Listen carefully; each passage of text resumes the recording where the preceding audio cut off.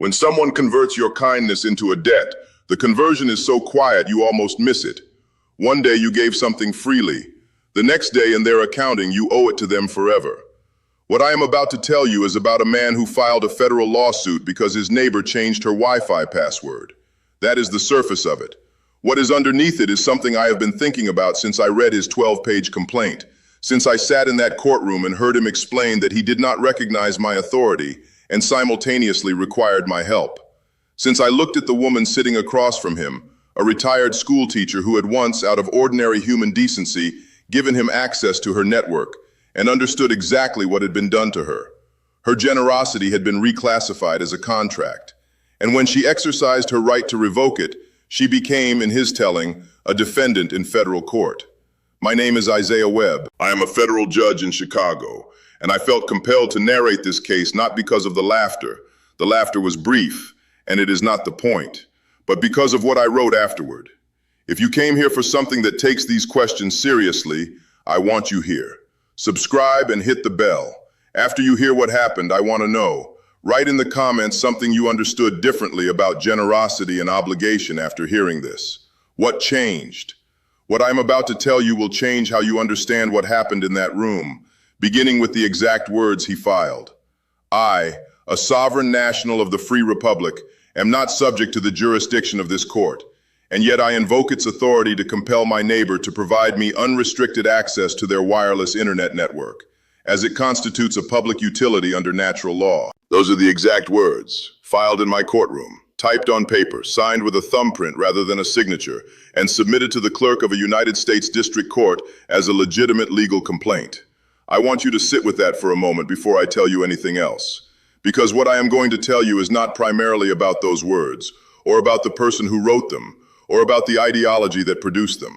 What I am going to tell you is about the woman who lived next door to him, the retired school teacher who had done nothing in her life except pay her internet bill on time and password protect her router the way the setup instructions told her to, and who one afternoon found herself holding a federal summons, reading her name on a document she initially assumed had been delivered to the wrong address. That is where this case begins, not with the theory, with her. I have been on this bench for 4 years. Before that, I spent 5 years as a federal public defender in this district, which means I spent 5 years in rooms where a federal judge's decision was not an abstraction. It was the next decade of a specific person's life. I say that because it matters for how I received this filing. Some judges, I imagine, would have processed it quickly. A jurisdictional question, a frivolous claim, a dismissal order before lunch, and they would not have been wrong. The law required a dismissal. That part was clear from the moment I read page 1. But the neighbor had already been served. She had already called an attorney. She had already spent 2 days trying to understand what exactly she was being accused of, and whether it was possible that a federal court was genuinely asking her to respond to a claim that her home wireless network was a public utility under something called natural law. It was possible. It was happening. And because it was happening to her, a real person who had done nothing, I decided to take it seriously, in the way a real person who had done nothing deserved it to be taken seriously. The filing was 12 pages. I read all 12. Page 1 established the sovereign citizen's theory of jurisdiction, or rather his rejection of it. He stated with the clarity of someone who has rehearsed this many times that he was a sovereign national of a free republic, that he did not recognize the authority of the United States federal court system, and that any attempt by this court to exercise jurisdiction over his person would constitute an unlawful act of aggression against a free man. Page 2 reiterated this position in slightly different words.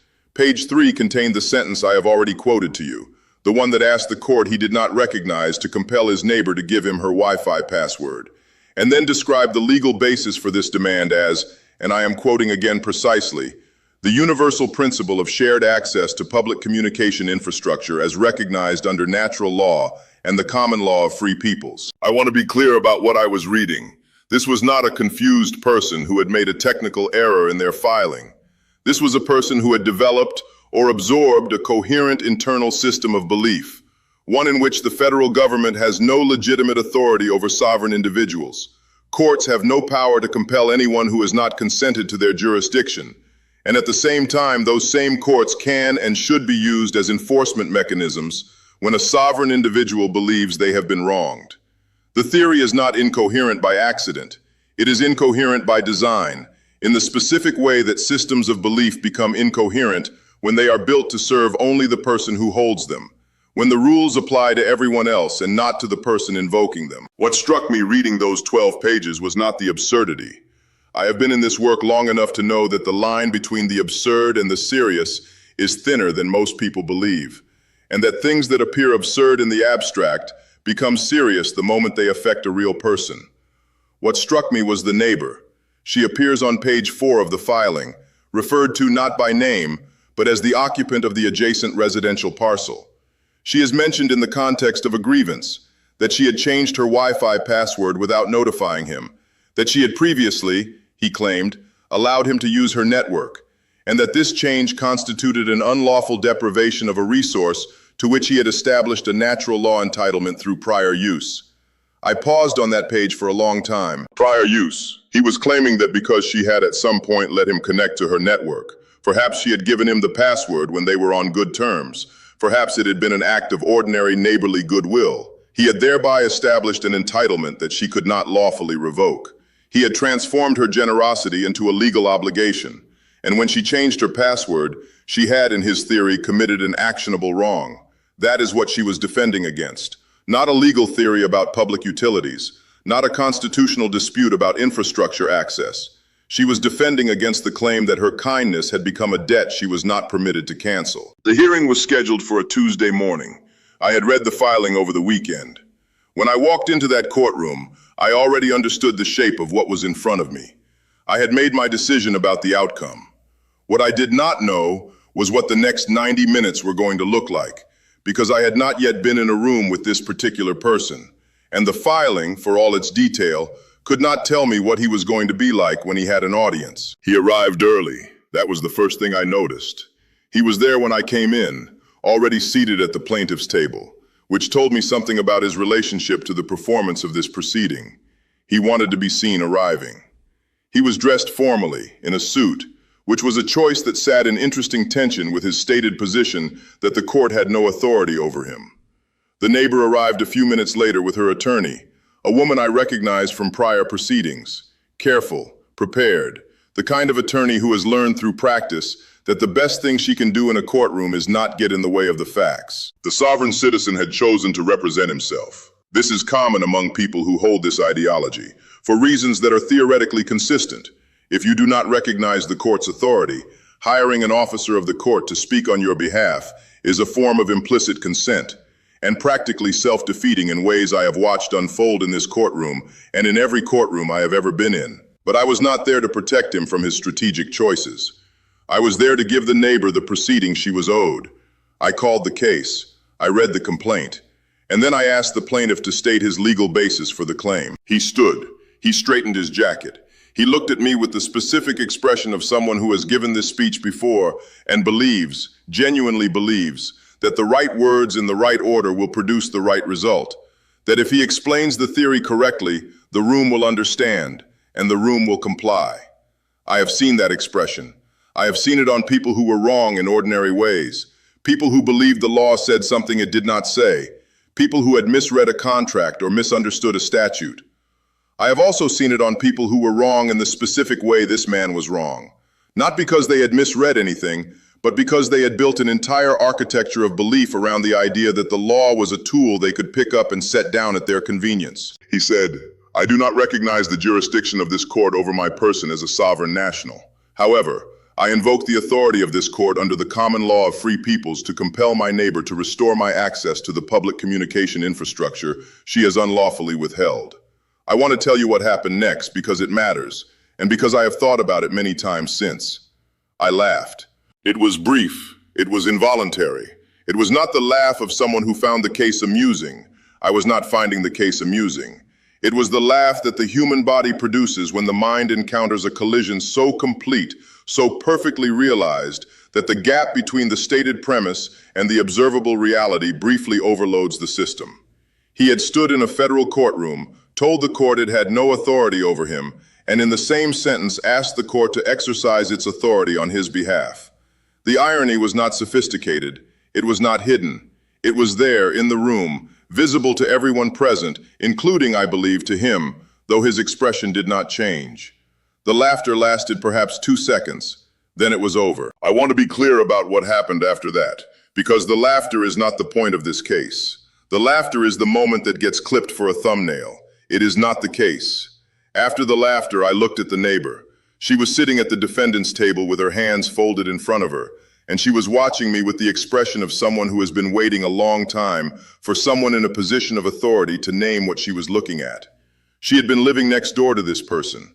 She had at some point given him her Wi-Fi password out of ordinary human decency, and now she was in a federal courtroom because that decency had been converted, in his telling, into a legal obligation she had violated. She deserved better than laughter. She deserved a ruling and a record and a complete accounting of what had happened to her. So I gave her those things. I turned back to the plaintiff and I asked him, in the most measured voice I had, to explain to me how a court without jurisdiction over his person could exercise authority on his behalf. He began to explain. He used the phrase natural law 4 more times in approximately 4 minutes. He cited documents I am not going to name here because naming them would give them more dignity than they have earned.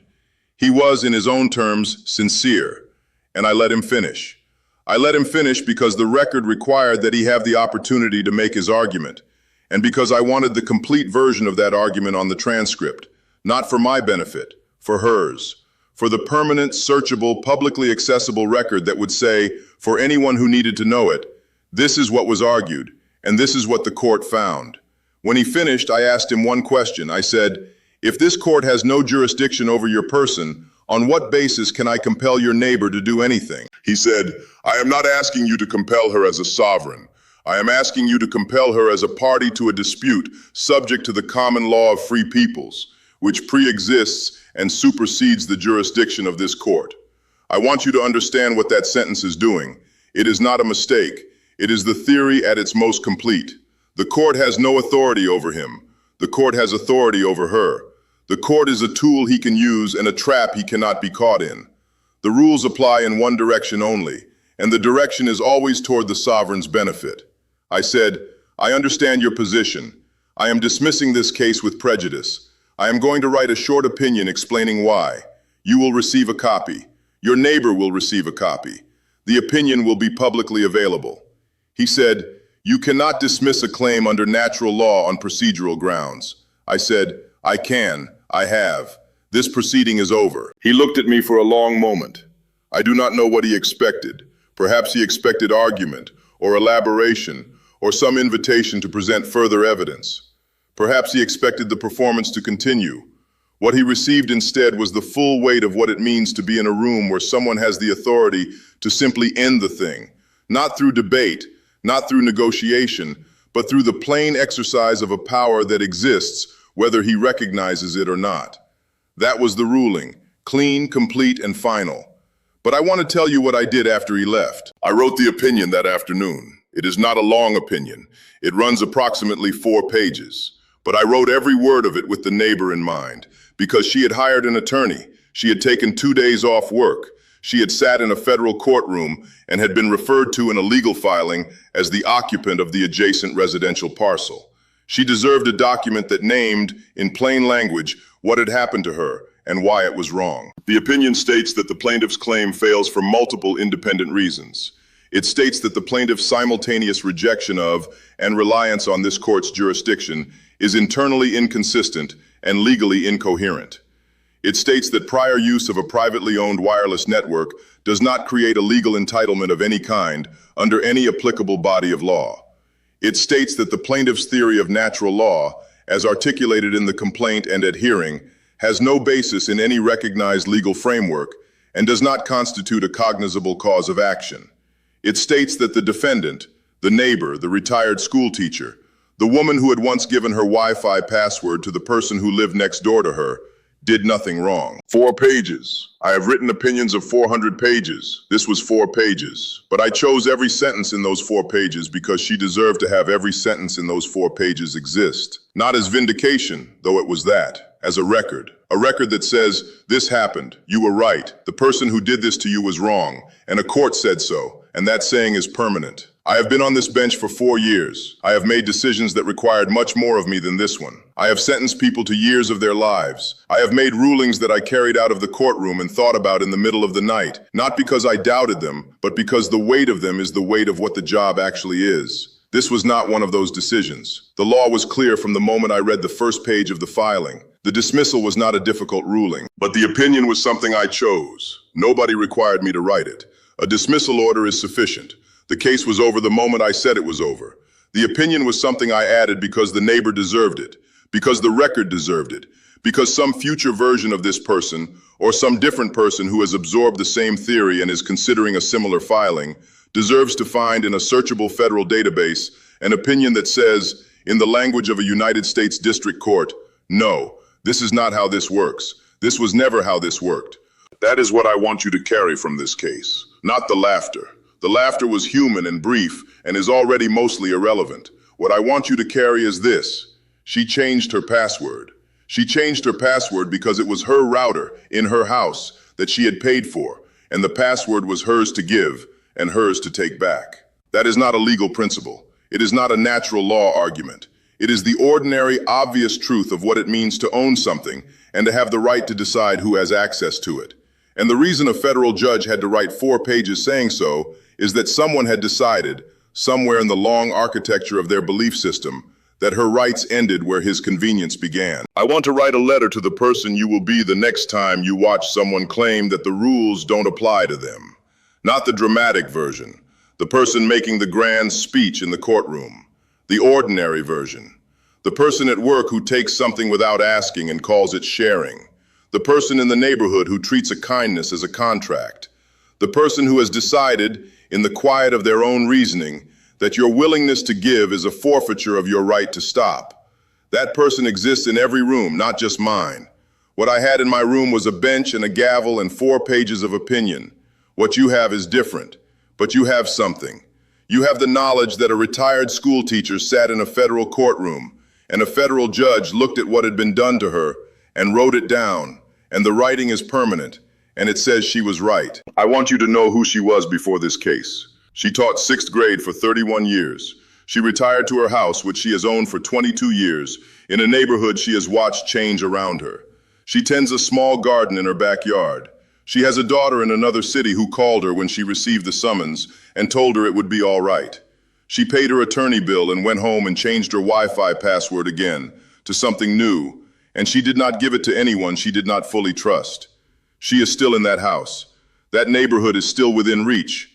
She got that back, not because I gave it to her, but because the ruling confirmed what was already true. It was hers. I want to ask you something specific, not about sovereign citizens, not about legal theory, about her, about the thing that was done to her before the filing, when someone converted her ordinary goodwill into an obligation she hadn't agreed to. Have you ever been the neighbor? Have you ever extended something freely, your time, your trust, your patience, your password, and watched it become something you were no longer permitted to take back? Have you ever had your generosity reframed as a debt? Tell me what that looked like. Tell me in the comments. I read every one and I want to know, because that experience, the experience of watching something you gave freely become something that is now owed, is not confined to federal courtrooms. It happens in offices and families and friendships and neighborhoods. And most of the time there is no judge and no opinion and no 4 pages saying you were right.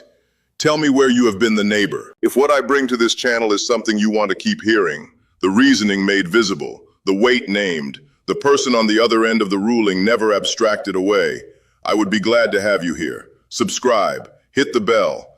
What I bring to this channel is the same thing I brought to that bench, the truth as I saw it, with the person it affected always present.